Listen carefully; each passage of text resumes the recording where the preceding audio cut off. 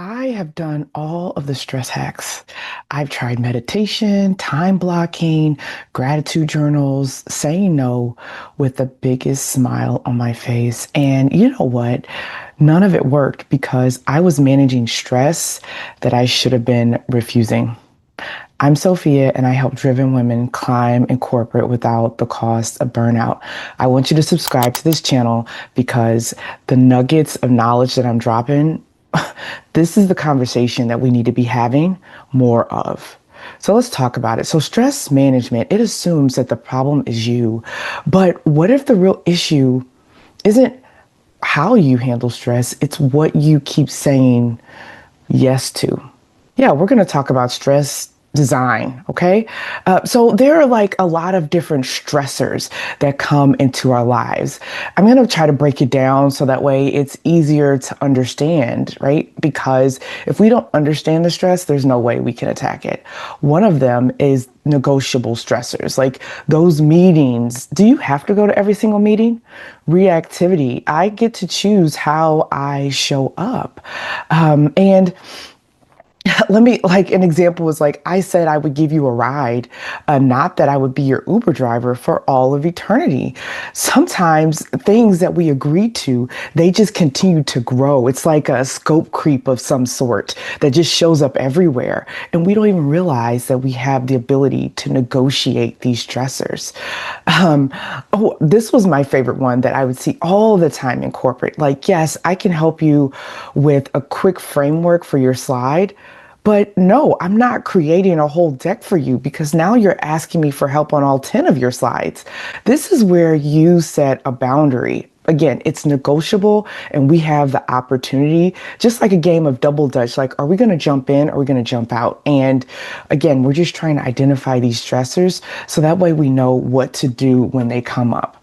Let's talk about a different type of stressor. How about like the structural ones, like misaligned roles? Like, you didn't hire me for this. I remember I got caught up in this cycle of being the happy hour scheduler, or like, Sophia, you're the cultural ambassador. And yes, it sounded great. It sounded great. Like, I get to organize all the birthdays and bring a cake for all of the people, born in this quarter. And I was the go-to for that. But wait a minute, you didn't hire me to do this. You hired me to work on this line in the P&L.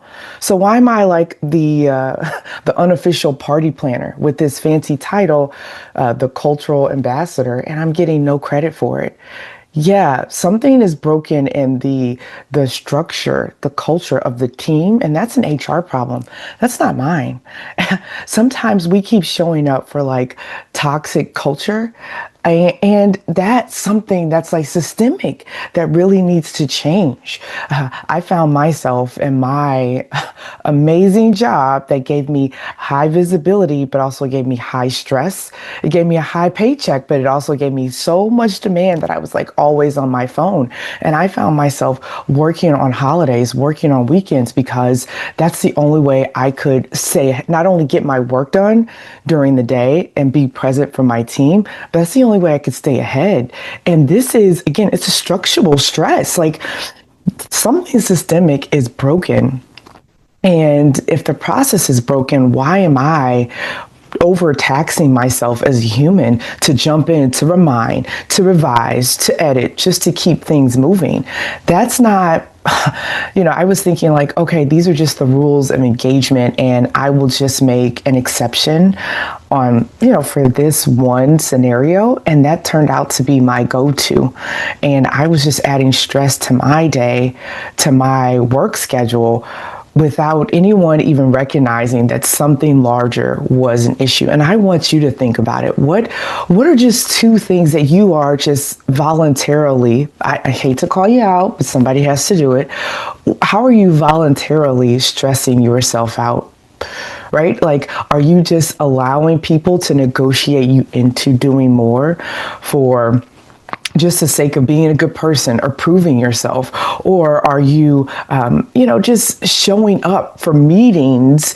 Or are you being that person that keeps the glue together for the team because somebody needs to do it, and it just so happens to be you. No, this is where we start saying no. This is where we start choosing ourselves.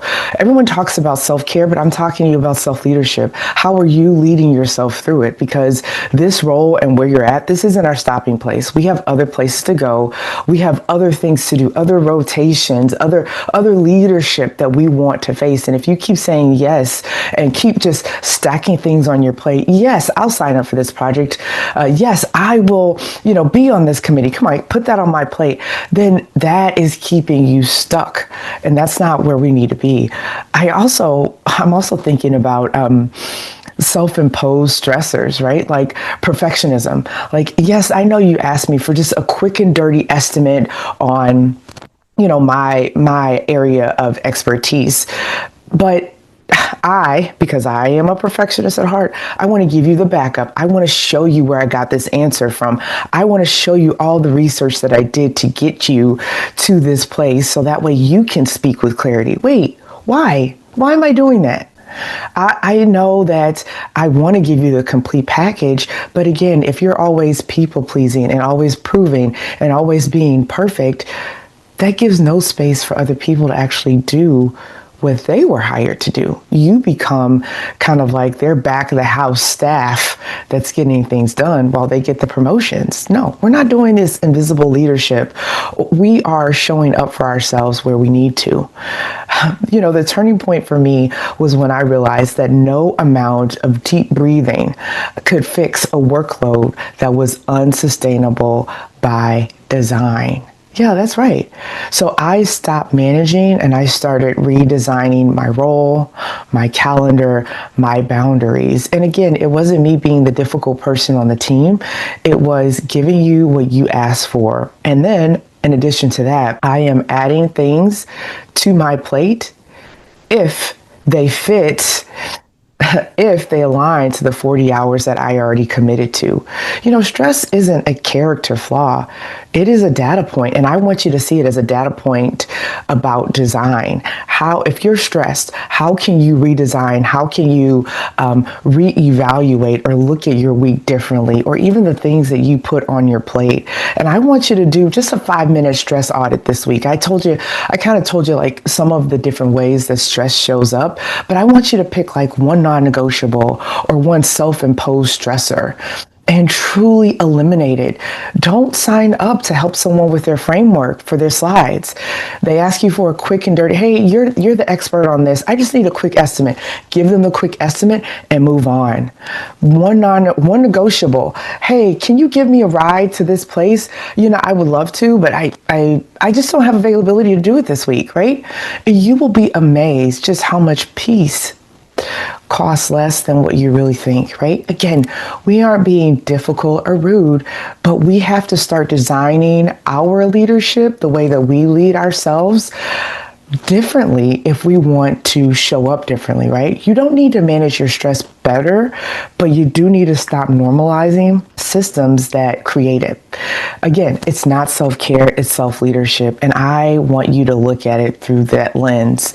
If you like what I'm talking about and you feel like, man, I just need another nudge forward, or I want to double click into it, I want you to join my masterclass.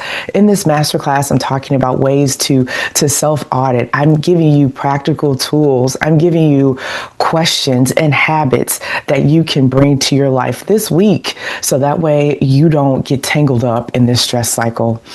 Talk soon. Did you subscribe? I need you to subscribe to my page. Come on, subscribe for me.